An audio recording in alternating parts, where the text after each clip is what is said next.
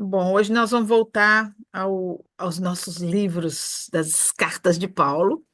E a gente começou, né, no livro de Colossenses e acabou que ficamos 2 meses sem voltar lá. Então, a gente aprendeu algumas coisas de Colossenses, que era uma igreja que Paulo não tinha visitado. Era uma igreja que um dos seus discípulos tinha ido e falado de Jesus para aquele pessoal de lá. Era na Ásia Menor, numa área onde hoje seria Istambul, por ali na Turquia. E Paulo estava sempre ele era zeloso, ele estava sempre preocupado em que as pessoas mantivessem a essência do evangelho, né? Então, assim, desde sempre, né, tinham as pessoas que queriam agregar ao evangelho. Então, não, e só isso não é suficiente, tem que fazer mais isso. Ah, não, tem que fazer mais isso. Então, assim, Deus tinha deixado leis específicas. Algumas de vocês estudaram o Velho Testamento e outras tentaram começar a ler a Bíblia e chegaram até um bom ponto, mas vocês viram como Deus era detalhado, né?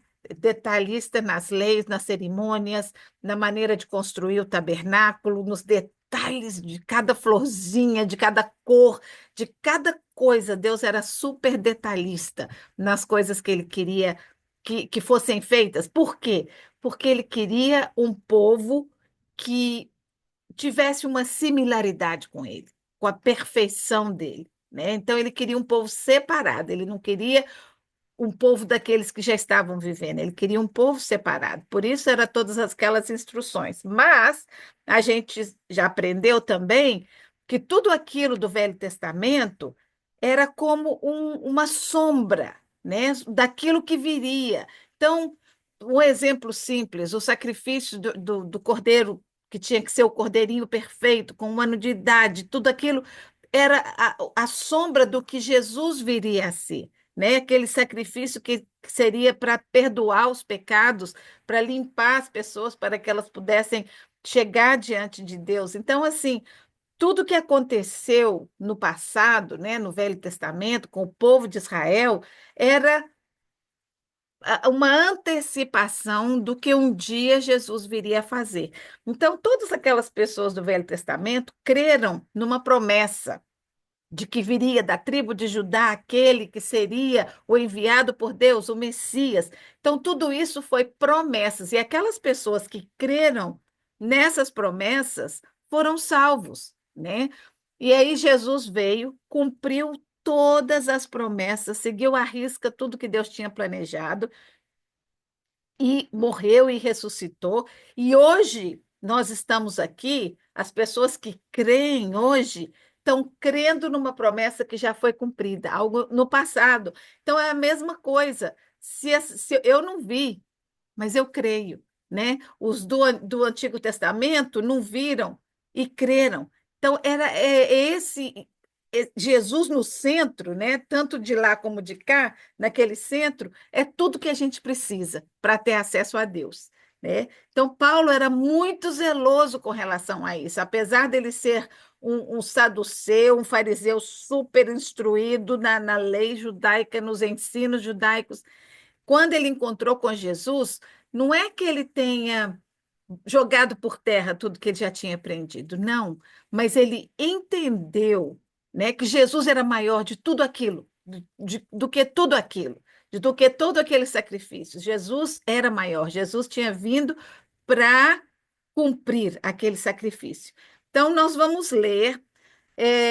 Eu vou tentar hoje ler mais a Bíblia e falar menos. A gente vai fazer uns comentáriozinhos aqui, mas eu acho que Paulo é muito claro no que ele diz aqui. Então, se você quiser abrir a sua Bíblia em Colossenses 2, vou começar do versículo 1. Deixa eu ver qual a versão que eu vou ler aqui. Eu acho que eu gosto da nova versão internacional, talvez. NVA. VI.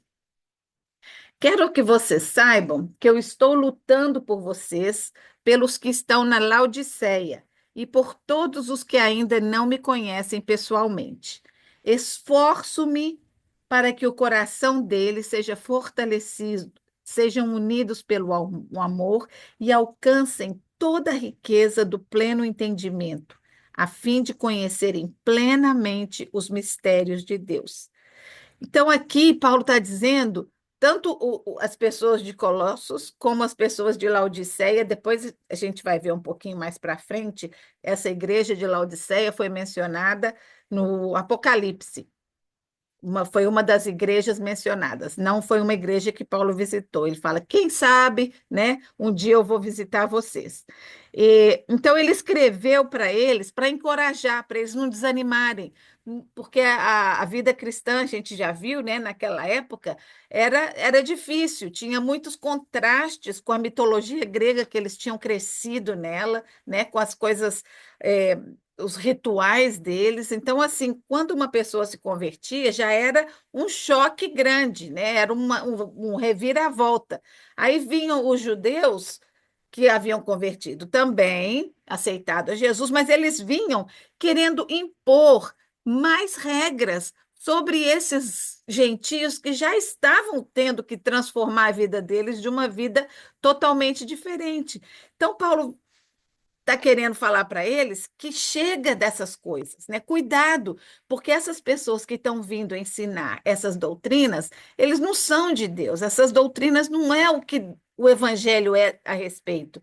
Então, inclusive, hoje o tema do texto que a gente está lendo aqui, que eu coloquei, que Jesus é tudo o que nós precisamos. Não só para chegar a Deus, não só para ter um futuro depois da morte, mas para ter uma vida aqui na Terra, né? Eu fico triste porque às vezes as pessoas só pensam na fé, na religião, em Jesus, pensando no medo que tem do que vai acontecer depois. Não, a gente precisa da fé, a gente precisa de Jesus, é aqui nesse mundo, esse mundo louco que a gente está morando, né? Cheio de dificuldades, cheio de tormentas, cheio de incertezas, conflitos, né? Ódios e é muita coisa que a gente tem que lidar com isso. Então, assim, se a gente não tem é, a fé num Deus que tem controle de tudo, né? A gente pensa que a gente pode controlar todas as coisas, mas a gente não tem controle, né? E como a gente falou em algumas das devocionais que a gente estudou nesse mês de janeiro, que quando a gente consegue entregar para Ele aquilo que nos aflige, né? Tem aquela voz do inimigo que quer tirar a nossa paz, que quer fazer a gente se sentir menos pessoa, menos desejada, menos capaz, né? Aquela voz, não é suficiente. Quando a gente conhece Jesus, a gente, em nome dele, do Espírito Santo que está em nós, a gente consegue silenciar essas vozes, né? Eu contei a minha experiência que eu tive naquela visita que eu fiz do casal. Então, assim, são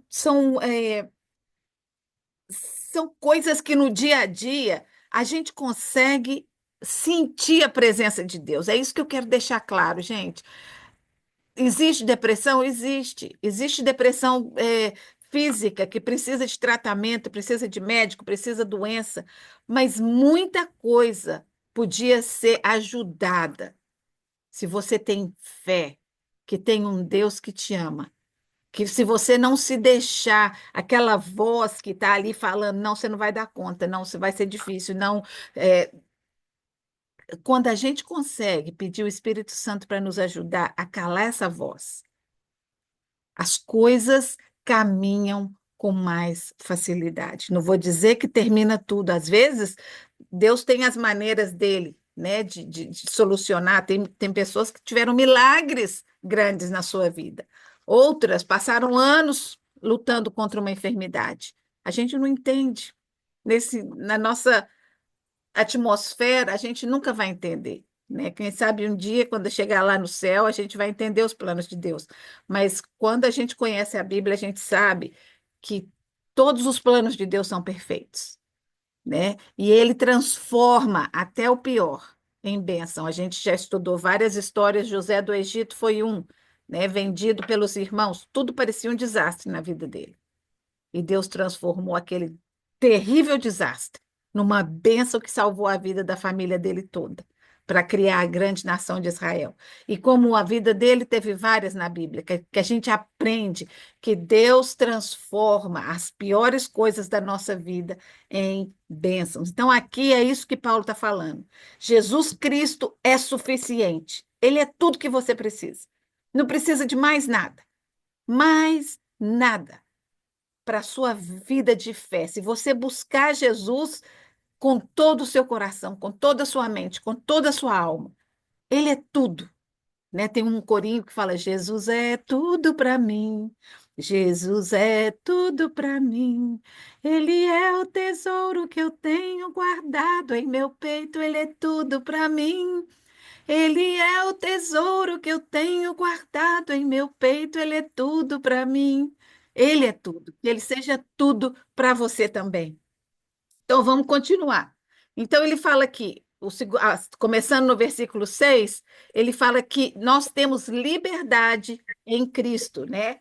Portanto, como vocês receberam Cristo Jesus, o Senhor, continuem a viver nele, enraizados e edificados nele, firmados na fé, como foram ensinados, transbordando de gratidão. Gente, a vida cristã tem que ser uma vida que transmite Jesus em nós. E Jesus em nós vai fazer com que a gente tenha um coração agradecido. Eu tive conversando com o Jim sobre isso essa semana, porque às vezes o trabalho dele está muito estressado, né? Eu falei: Jim, que tal se você começar o seu dia sentado aqui na sua mesa e você agradecer a Deus por esse trabalho? Né? Agradecer a Deus pelas pessoas que vão ter contato com você, que Deus te abençoe, que te use com poder na vida dessas pessoas. Talvez a sua atitude, talvez não vai mudar nada no trabalho, mas a sua atitude diante das dificuldades que vão aparecer podem ser diferentes, né? Então, ele continua aqui. Tenham cuidado para que ninguém os escravize por meio de filosofias inúteis. Gente, a maioria das religiões e das seitas que escravizam as pessoas, que falam: se você não fizer isso, você não serve, se você faltar nesse pedacinho aqui, está errado, Deus não vai te aceitar. Isso é escravidão. Jesus veio para nos dar liberdade. A liberdade que ele dá não é uma liberdade de ser o que você quiser, porque uma vez que Jesus é tudo para você, como essa musiquinha que eu cantei, você vai querer ser tudo para ele, você vai querer servir a ele com o seu coração, né? Então, ele fala: tenha cuidado para ninguém que os escravize por meio de filosofias inúteis e enganosas que se fundamentam nas tradições humanas e nos princípios elementares desse mundo. Homens estão criando regras para as pessoas seguirem e fazendo com que as pessoas tenham medo de Deus. Não é o temor de Deus que a Bíblia ensina, é o medo de quebrar uma regra e aí pronto, Deus vai vir com aquele martelo e falar: culpado. Não. Deus, quando olha para mim, ontem, sábado, esse fim de semana, eu fui numa conferência e uma das senhoras que falou, eu achei muito interessante, porque ela botou uma capa vermelha e falou assim: Deus, quando olha para mim, ele não vê a Elce quebrada, a Elce pecadora, ele vê a Elce coberta pelo sangue de Jesus. A Elce que aceitou o sacrifício de Jesus na cruz para me perdoar e me dar uma vida nova. Eu não sou mais aquele velho homem que está debaixo da capinha vermelha. O sangue de Jesus me cobriu. E esse sangue de Jesus me faz uma nova criatura, me faz fazer parte da família de Deus, me faz fazer parte, me tornar herdeira de Deus. Gente, nós somos herdeiros de Deus, co-herdeiros com Cristo. Que maravilha! Ele nos adotou como filhos, no momento que a gente vestiu aquela capa do sangue de Jesus sobre nós. Então, continuando. Pois toda a plenitude da divindade habita em Cristo. Tudo, tudo, tudo, tudo, tudo, tudo Deus colocou em Jesus. E nós estamos nele. É isso tudo é só isso que a gente precisa, estar em Cristo. Lá em Apocalipse, quando João teve a visão, né, que Jesus falou para ele, ele falou para, ele escreveu uma carta para 7 igrejas. E uma das igrejas foi a igreja da Laodiceia. E Jesus falou que, vamos lá, em Apocalipse, que eu quero ler o que que ele fala sobre essa igreja. Apocalipse 3, versículo 14. Fala assim, da igreja de Laodiceia. Eis que o que diz, eis o que diz o Amém, a testemunha fiel e verdadeiro, soberano da criação. Conheço as suas obras, que você não é frio nem quente. Quanta gente hoje em dia a gente está vendo que não é frio nem quente. Fica, tá, eu acredito em Deus. Até o diabo acredita, né? Você não é frio nem quente. Eu preferia que você fosse frio ou quente. Mas como você é morno, nem frio nem quente, eu estou a ponto de vomitar você. Jesus não gosta das pessoas que ficam em cima do muro. Ele quer aquelas pessoas que ou negam, falando, não acredito, porque Jesus vai atrás deles. Deus tem um propósito para eles. Ou se põe na frente e fala, eu estou aqui, Jesus, eu estou aqui para te servir. Eu assumo essa identidade, né? Então ele fala: estive a ponto de vomitar você da minha boca. Você diz: sou rico, esqueci, enriqueci e não preciso de nada. No entanto, não percebe que é infeliz, miserável, pobre, cego e nu. Por quê? Porque uma pessoa sem Deus, que acha que é o melhor, que já tem tudo, que é inteligente, que é poderoso, está perdendo o mais importante, né? Está perdendo um relacionamento com o Criador do universo. Se você conhece Jesus como seu Salvador, você também, como os de Colossenses, tem as riquezas de Deus. A gente vai continuar lendo e ele fala dos mistérios de Deus que ele tem revelado para aquelas pessoas que o buscam. Vamos lá. Quando vocês estavam mortos por causa das transgressões, estou no versículo 13, e da incircuncisão da carne de vocês, Deus lhe deu a vida com Cristo. Ele nos perdoou de todas as transgressões e cancelou a dívida que estava escrita para nós, que consistia em ordenanças e que era contra nós. Então, por que eu tinha dívida com Deus? Porque eu sou pecadora, eu herdei esse vírus, a gente já falou disso várias vezes, né? Eu herdei o vírus do pecado. E ainda que eu tivesse uma vida ok, se a gente lê os 10 mandamentos, tá, nunca matei ninguém, eu honro meu pai e minha mãe. Eu falo o nome de Deus em vão muitas vezes por dia, né? Infelizmente, a gente já está quebrando ali a lei, né? Eu tenho idolatria na minha vida, eu ponho outras coisas no lugar de Deus no meu coração, atividades, família, outras coisas. Então, isso também eu erro, eu minto, eu cobiço às vezes o que o outro tem. Então, assim, aí pronto, já pecadora total, né? Total, porque já caí no monte. Não matei, não adulterei, mas eu também o resto já tem um monte de coisa que a gente que a gente caiu e deixou de fazer, né? Então, Paulo encorajou os colossenses a ancorar a fé naquele que é tudo, tudo. Jesus é tudo, né? Então, continuando aqui. E depois de ter despojado dos poderes e autoridades, ele humilhou publicamente como quando triunfou sobre a cruz. Então, o que que foi? Jesus, por que que ele é tudo? Porque ele desceu, né, da sua glória, do seu poder, da sua majestade e veio aqui e se entregou por mim e por você. E às vezes eu acho assim que se Se existisse um preço, né, que você pudesse, não, olha lá, quanto que é? Vou fazer um cheque e vou lá entregar em algum lugar, numa igreja. Pronto, esse é o preço da minha salvação. Para muita gente seria mais fácil de entender, né? Agora, pensar que Jesus ter sacrificado não seja suficiente é muito triste, porque foi o preço mais caro que alguém pudesse ter pagado, né? Muito mais caro. Então, a gente precisa valorizar isso. É, portanto, não permitam que ninguém os julgue pelo que vocês comem, né? Eu lembro quando eu era menina, fui sempre criada numa igreja evangélica, e eu lembro que os amigos, né, católicos que na quaresma não comiam a carne, não faziam aquilo, e às vezes me julgavam porque eu não tinha nada disso, eu não crescia aprendendo essas coisas, né? E aí ficava aquela condenação, né? Porque você está quebrando uma regra, que isso é pecado, que você não está.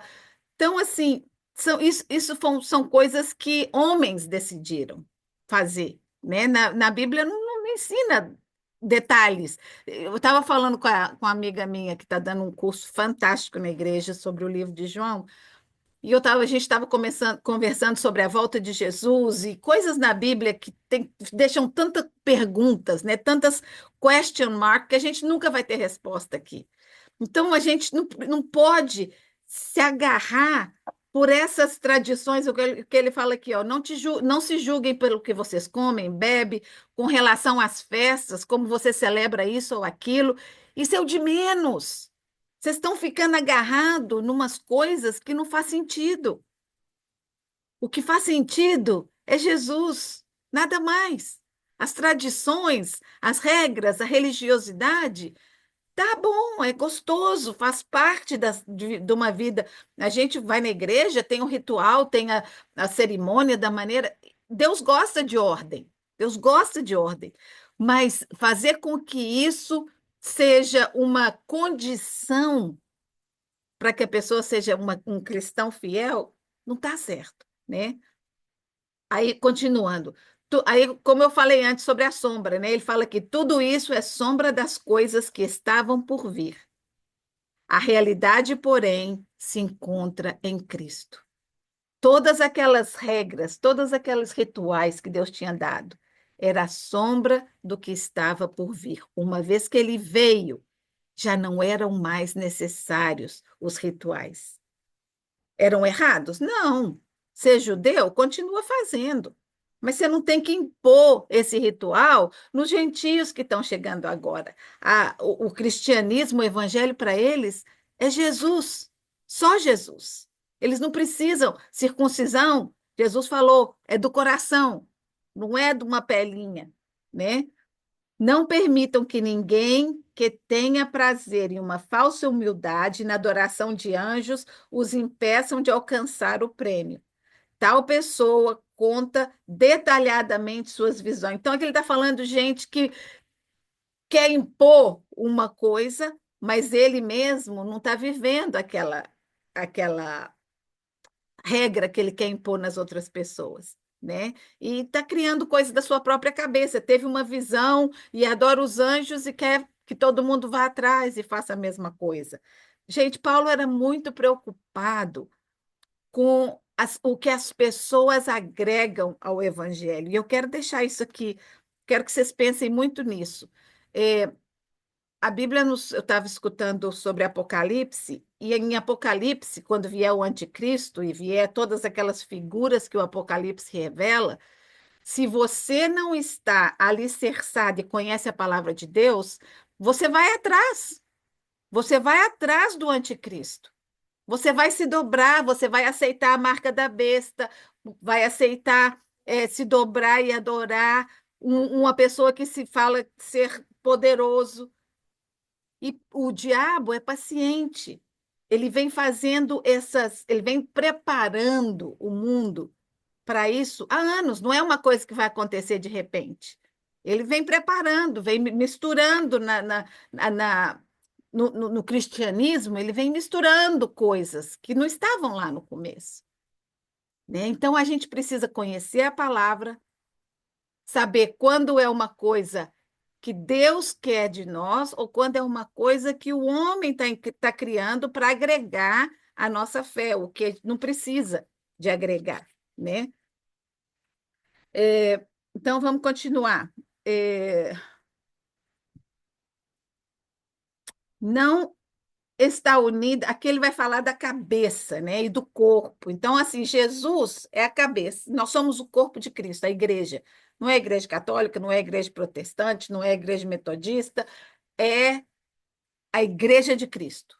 Todos aqueles que aceitam a Jesus como Filho de Deus, como seu Salvador, esse é o corpo de Cristo, a noiva, como diz em Apocalipse, né? A noiva de Cristo. Então, nós, como a noiva, a gente tem que estar branquinha, a gente tem que ser um vestido, tem que vestir um vestido sem mancha.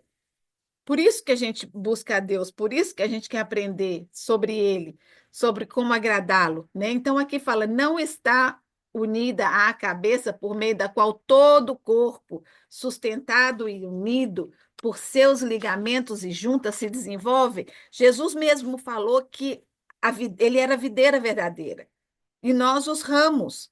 Então, nós temos que estar conectados nele.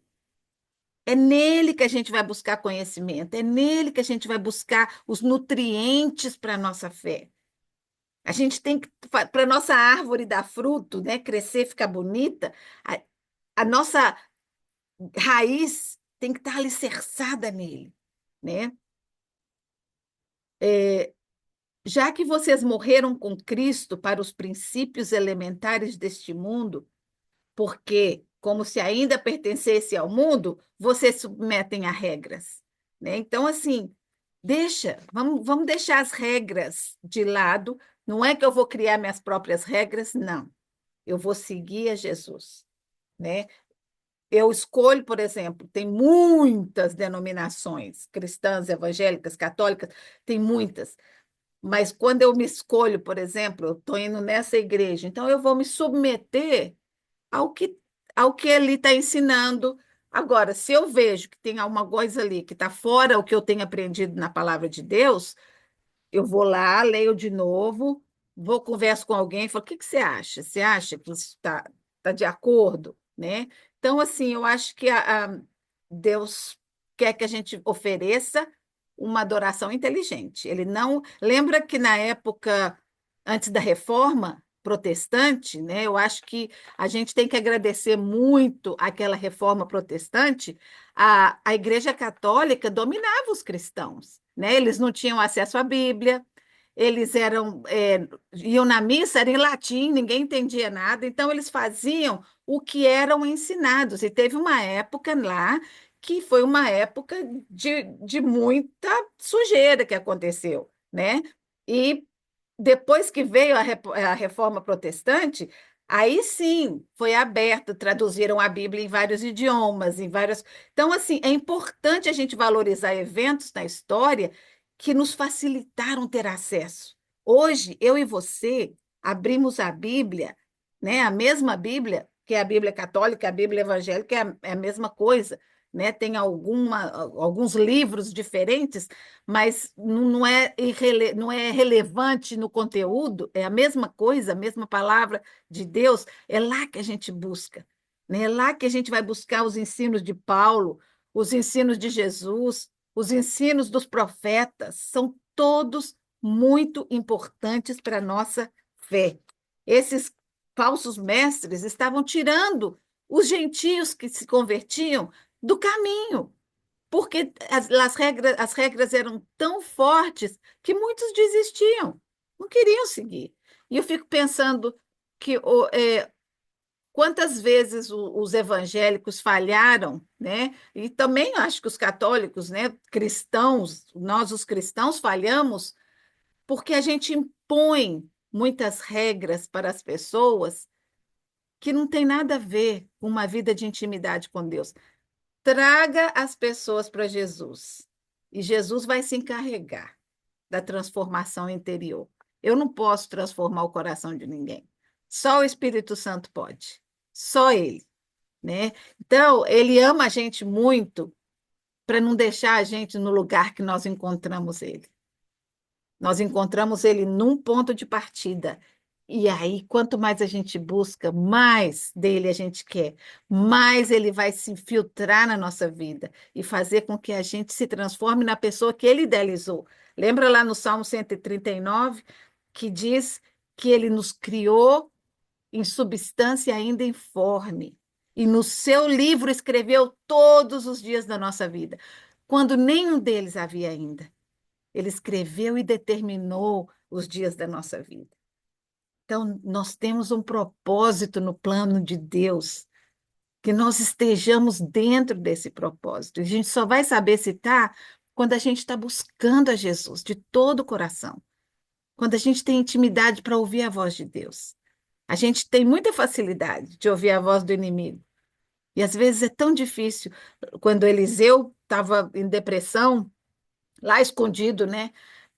Deus queria falar com ele, então veio uma voz de furacão, não é, Deus não estava na voz, veio uma voz de tempestade, Deus não estava na voz, vieram vários barulhos. E quando passou uma brisa bem suave, aí estava a voz de Deus, na brisa suave. E às vezes é assim. Às vezes Deus tem que falar alto com alguém, né? Algumas pessoas, ele tem que gritar e dar uma sacudida. Outras, um sussurro a gente ouve a voz dele, né? Então, vamos continuar aqui. É, não manuseie, não, aqui falando, né, dos costumes. Todas essas coisas são destinadas a perecer pelo uso, pois se baseiam em mandamentos e ensinos humanos. Então, todas essas coisas, não faz, não bebe, não toca, não, ou faz, são baseados em regras humanas, né? Elas vão se desfazer com o tempo, mas o coração e a mente, no lugar certo, né? Na adoração certa, elas vão durar para a eternidade. Aí ele fala, tais mandamentos, esses, né, de regras, têm uma aparência de sabedoria, com a sua pretensa religiosidade, falsa humildade e austeridade com o corpo, mas não tem valor algum para refrear os impulsos da carne. Lembra lá atrás, eu acho que foi em Coríntios que a gente estudou sobre isso, né? O homem natural. Paulo falando que a carne brigava, porque o que ele queria fazer ele não fazia, mas o que ele não queria estava sempre diante dele, né? Que ele não tinha domínio dos desejos da carne.